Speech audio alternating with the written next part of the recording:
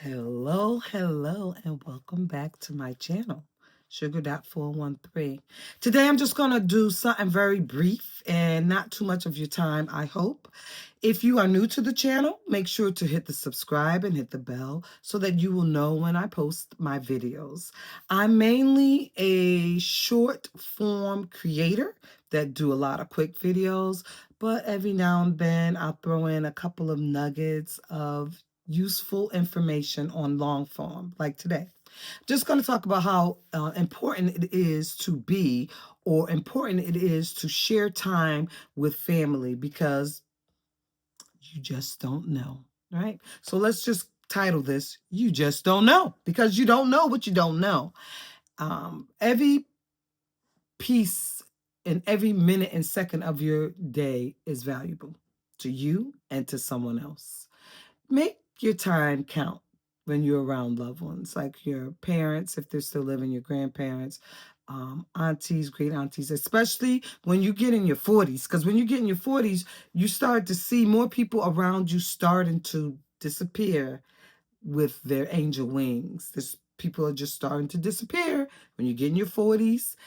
Some younger people will say, I've had a lot of friends and family that passed, but for me, is was when I got in my 40s, I recognized that so many people around me have just floated away and are still floating away. But I try to make it clear, like when I talk to my aunts, my cousins, my parents, I try to let them know that I love them.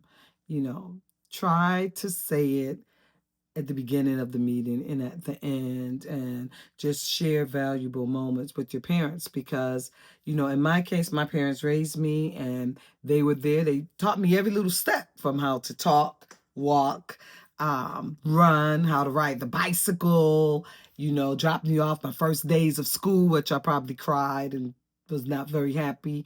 But, you know, my parents were there for me, so I would like to be there for them. Recently, my dad took a turn for the worst, and he's been on a slippery slope since November, and he did finally pass on January 31st of this year. So I am grateful that I got to spend the time that I did. My dad actually and his wife actually sold a home so that they could come to be closer for dialysis treatments, and that they could come to be closer to my brother and my dad's grandchildren and his sister. So it was really for us a meaningful thing. This last 4.5 years that my dad was on the earth, late 70s, his late 70s, up until he died at 84, we were able to really love on him much better than we were when he was almost 2 hours away by car. So we let him know, we showed up for him when he needed care that we could render to him, helped out whichever way we could. Now, were we there 100% of the time? No. We weren't, because, you know, we all have our own lives and we have our own things that we do. But I always made it a point to call my dad at least every other night, because he was doing dialysis and it was a lot to just be on the phone, especially on dialysis treatment days. So I did try to reach out to him as much as I could during the week, and I saw him the best that I could, the days that I could. And I'm glad of that. I don't have any regrets. I don't feel bad about any of that. I feel elated that I had the time to spend with my dad like I did. And now it's all about shifting that love again with my mom. So we always have had a real good relationship, my brother and I, with my mom, and doing things with her. But now that one parent is gone and gained heavily angel wings, you kind of feel like you are going to love harder on this other one, because it's going to be a double hard pill to swallow when you lose your last of your parents, right? It's going to be a double hard pill to swallow.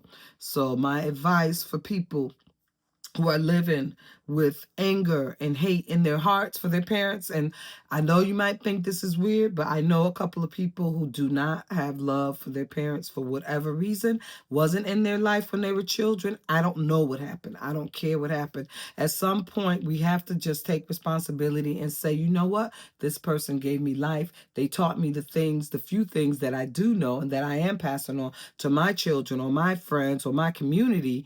And we have to just be the bigger person and say, you know what? I'm going to let bygones be bygones, and we're going to try to establish a relationship for the time you have left here, because we don't know. We just don't know how much longer people have left here. Um, I can't even imagine the pain when you have lost both your parents. Now, a lot of my friends in my circle have lost at least one. Most of us still have at least one living parent.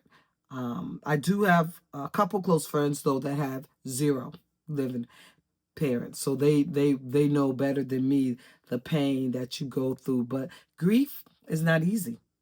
It's not any written rules on how you should do it. It's not any written rules on when you should do it. So don't feel bad if you don't pour out and you don't scream and holler and hit the ground when someone passed, because maybe that's just not your way of dealing with grief. That's just not the way that you're going to do it. Maybe you have spurts, maybe in between cleaning or listening to music or doing things that that person loved doing is when you'll show more grief. But you have to handle it in the way that is meant for you to handle it. For you to handle it. No one else can dictate how it should be done. Okay? um, Try to stay busy and stay focused, because even though I love my dad to death and I miss him like crazy, I know that I have to keep living. I can't stop because he passed on. But what I can do is still share his memories with family and friends. And I have a ton of pictures that I can always flip back through if I need to. I have videos that I can sit and watch of him. And I have my own way of still celebrating his life, even though he's not with me. You get where I'm going? So you have to figure that out for you. How does it work? What does it look like? How are you going to move forward? Because you have to keep living, and you're going to celebrate the life of someone in whom you absolutely positively adored. You know, my dad was the one who got me ready when I said I was going to go to the military, because he was in the Army. I was going into the Air Force, but he showed me how to do the basic commands, you know. He told me about Reveille and getting up, and started me on a little jogging to see if I can endure what I was about to go through, which I didn't know what I was going through until I went through it. But yeah. So thanks a lot, and thanks for listening.